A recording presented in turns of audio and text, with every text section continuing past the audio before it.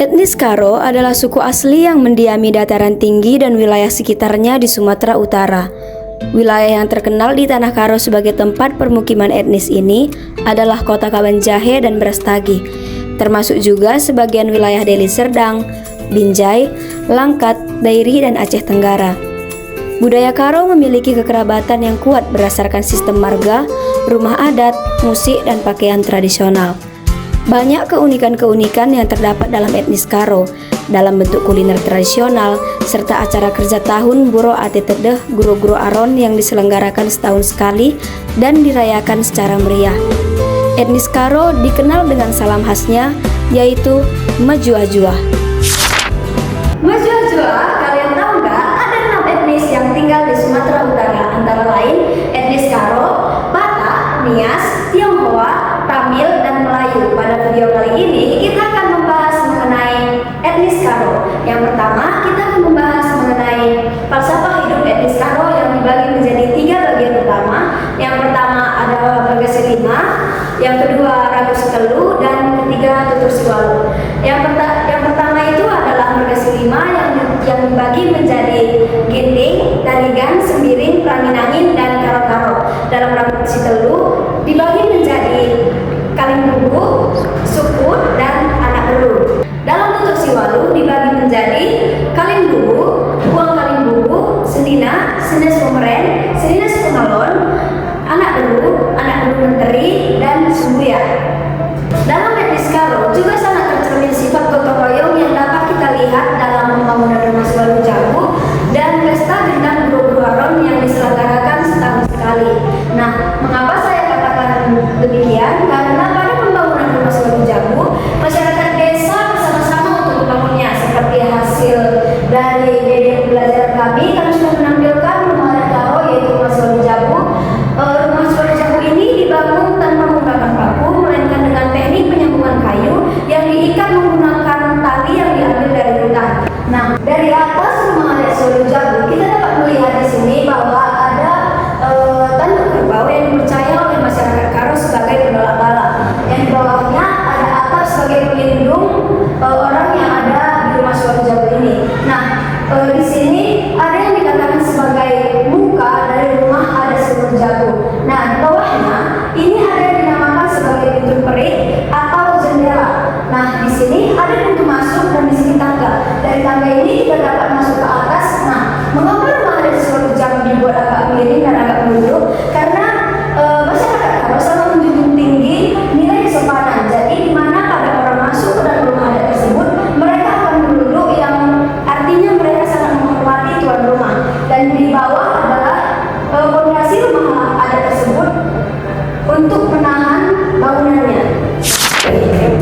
Tata ruang dalam rumah Siwalu Jabu sudah diatur sesuai dengan aturan adat, yaitu Jabu nomor 1 dinamakan Jabu Bena Kayu sebagai tempat pemimpin yang memberi keputusan atas segala permasalahan yang ada di rumah adat.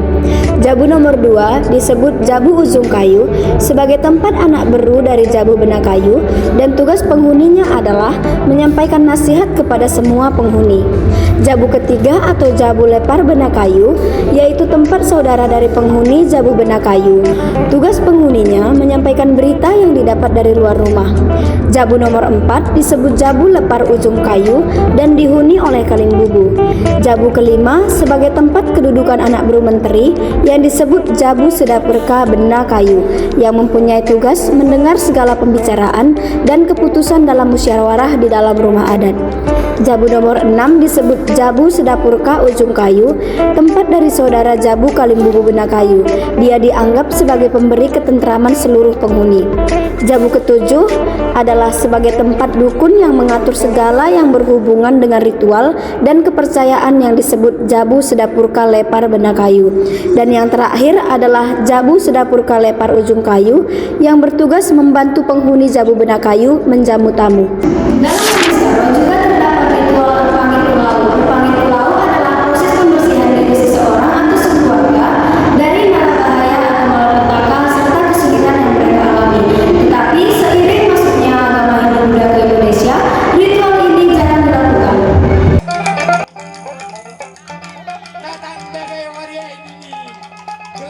saudara.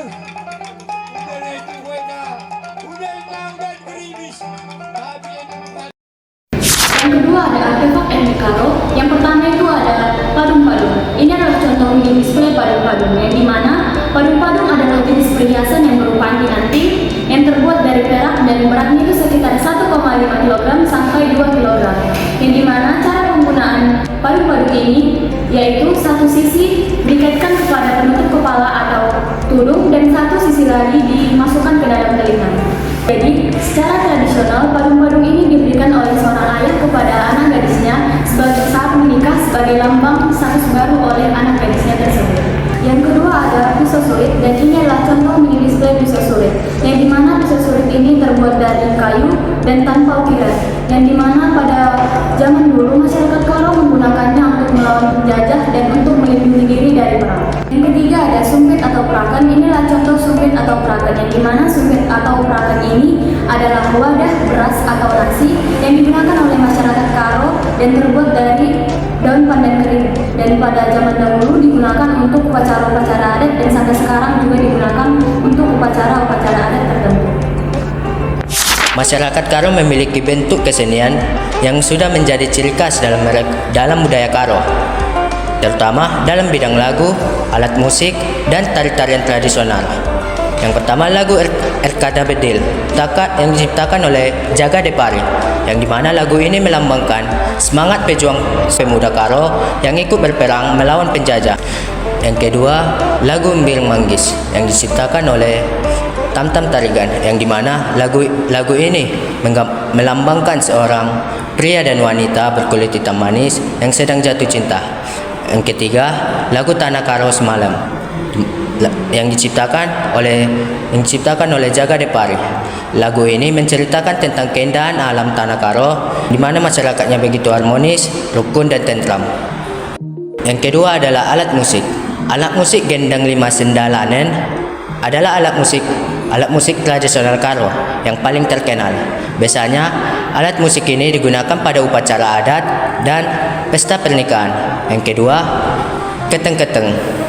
Keteng-keteng merupakan alat musik tradisional Karo yang terbuat dari bambu, yang dimana biasanya alat musik ini sebagai penggiring musik asambel, gendang telu sendalanen, dan juga sering digunakan pada upacara adat.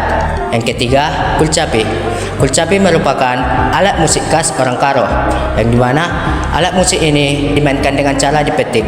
Biasanya alat musik ini digunakan dalam pertunjukan asambel musik pada upacara adat dan ritual masyarakat Karo.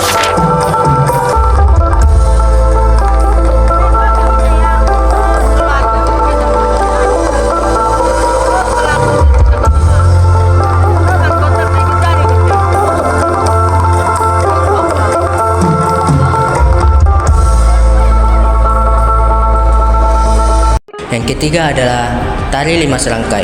Tari lima serangkai adalah tari tradisional suku Karo, yang dimana berfungsi sebagai hiburan dan menceritakan tentang pergaulan muda-mudi.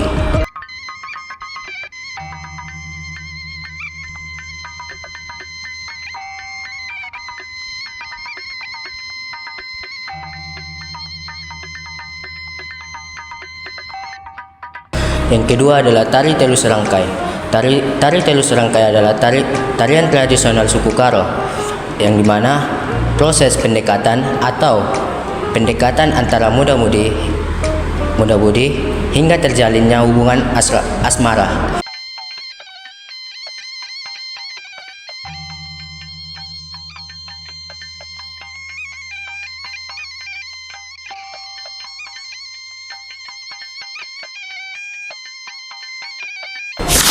Yang kelima yaitu kuliner khas Karo. Yang pertama yaitu teritas. Teritas ini terbuat dari isian perut kerbau atau sapi. Teritas ini biasanya dihidangkan di saat ada acara kerja tahun, pesta erdemu bayu, dan mengket rumah si baru. Yang kedua yaitu cimpa. Cimpa ini terbuat dari tepung ketan, gula merah, dan kelapa yang diparut.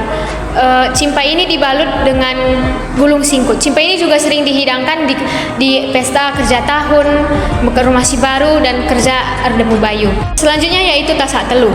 Tasak telu ini dibahan utamakan dengan ayam. Ayam yang dicincang dengan kelapa parut dan daun ubi ini biasanya dihidangkan di acara-acara upacara karo seperti kerja tahun, mengketi rumah si baru, besur-besuri, dan kerja erdemu bayu. Manuk sangkep atau manuk ratur. Manuk sangkep atau manuk ratur ini juga dibahan utamai dengan ayam. Ayam yang dimasak secara utuh. Manuk sangkep ini biasanya digunakan ketika ada acara seperti pengucapan rasa syukur, doa, dan pengharapan. Tekstil suku Karo yang pertama itu adalah kelam-kelam. Kelam-kelam merupakan kain yang digunakan untuk menutupi kepala pengantin wanita dengan cara melapisi tudung bagian tengah. Ciri khas dari kain ini memiliki warna hitam pekat polos tanpa motif apapun. Kain ini terbuat dari kapas yang ditenun secara tradisional sehingga memiliki sifat yang kuat dan bertekstur tipis. Kemudian yang kedua adalah wisgara. Wisgara digunakan untuk melapisi tudung bagian luar menutupi kepala pengantin wanita. Yang ketiga itu adalah wisnipes. Wisnipes merupakan kain terluar yang dililit pada pinggang pengantin wanita yang dimulai dari bagian pinggang hingga paha bagian bawah. Nah, wisnipes ini terdiri dari berbagai macam warna, mulai dari merah, hijau, coklat, dan ungu. Kemudian selanjutnya bekabulu. Pada pernikahan suku Karo, pria biasanya memakai penutup kepala yang dinamakan bulang-bulang. Nah, kan yang dipakai untuk bulang-bulang itu yang dinamakan bekabulu. Selain itu juga pada pernikahan suku Karo biasanya pengantin pria memakai bekabulu sebagai tanda atau simbol kewibawaan dan kehormatan.